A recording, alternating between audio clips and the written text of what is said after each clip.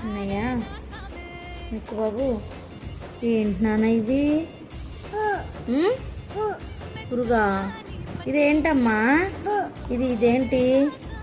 దీన్ని ఏమంటారు పలక అంటారా మరి దీన్ని చా చా అంటే చాక్ పీసా దీన్ని ఏమంటారమ్మా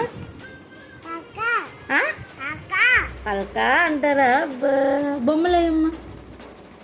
ఏదో ఒకసారి ఇవ్వు నాకు ఇదిగో ఇదేంటి అది చెప్పమ్మా బీ రాస్తలే ఇదేంటి చెప్పు